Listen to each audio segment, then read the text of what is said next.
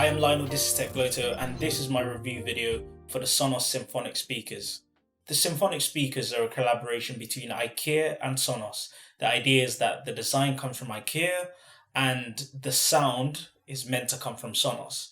So in this video I'm going to cover a few things, namely the sound, the design and ideal placement for these speakers, the price, and how it actually holds up compared to other Sonos speakers. I'll be reviewing the bookshelves and the lamps. So let's talk about the sound. So with the bookshelves and the lamps, essentially what you're meant to be getting inside of these speakers is the Sonos Play 1. But the housing around the speakers does actually affect the sound slightly. So I found that the Symfonisk bookshelves tend to give off a little bit of a crisper sound, but they start to suffer when it comes to handling the bass.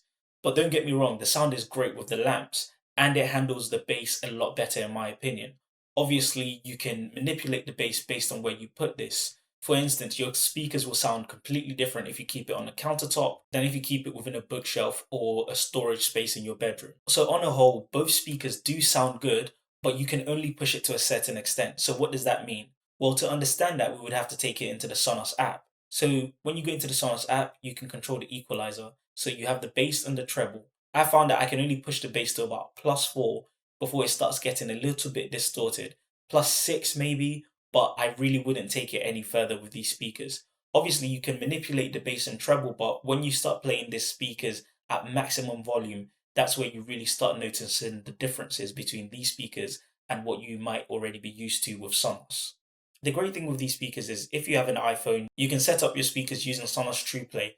That means that the sound will be synced according to the size of your room, the furniture inside the room. It definitely makes a difference, but largely when it comes to these minor changes, it's all about preference. So I would say try it, set it up, switch it off and on.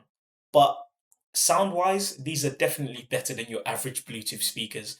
And when it comes to sound, they're almost identical to the Sonos Play 1, but I'll cover that later on. Looking at the Symfonisk lamps, for me, the only place where they're suitable is the bedroom. Unless you have a massive house and you can keep this in the hallway, I don't think it looks really great in a living room setting. It just doesn't work well for me. And I really love the glass frosting that IKEA's designed with this. I think it gives off a better light than the Everdales and the Jacobs bins. So you're really getting a really good light with this as well. So if you really want a lamp in your bedroom, this is definitely a way to go. The bookshelves themselves, they're understated. They fit really well into a living room setting. That's where I had them before. But as soon as I set up my office, I just felt like these go really well in there. I think they can go in any office and they fit really well with any color. Again, living room, office, wherever you want the bookshelves, I think there's a lot more flexibility. But I would really love to see how people use the lamps in any other setting apart from a bedroom. So let's talk about the price. I wouldn't say that these are overpriced, but I definitely would not buy them brand new. But that's the way that I am with all my Sonos speakers. I don't really see the point of buying them brand new. Like I've said in my previous videos, Sonos users are a lot like Apple users. As soon as a new device comes out, they want to buy the new thing. They may not even know what the differences are, they just want the latest thing.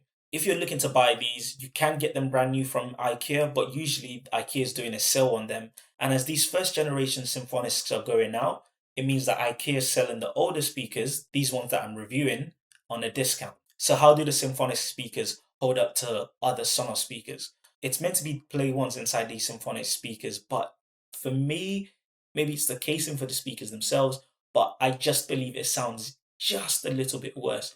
With a set of stereo Play 1s, the sound is just so beautiful and crisp, and these speakers also give you a good sound, but I believe the Play 1s just give a clearer, richer sound, and I feel that I can push it just a bit louder to the limits of its volume without having much distortion. With these speakers, I get to about 80% and I just say, well, that's really kind of it for me. That's as far as I'm willing to push these speakers. Nonetheless, they are great speakers and they have AirPlay in them. That means that if you're on the iPad in the office or in the bedroom, in the kitchen, you can definitely AirPlay to these speakers. And if you have other Sonos speakers around that don't have AirPlay, like the Sonos Play 1s, these speakers are kind of a cheat code because you can AirPlay to these speakers and then connect to your other Sonos speakers. So is it worth it? Absolutely. Should you buy it brand new? Probably not. I would definitely go for a discounted version. And all round, these are great speakers, and I'll probably be keeping them for years to come. But Sonos speakers are such a contentious subject. Let me know what you think, particularly if you have the Sonos Symphonic speakers, and let me know your experience. I hope you found this video helpful. Thank you very much for watching.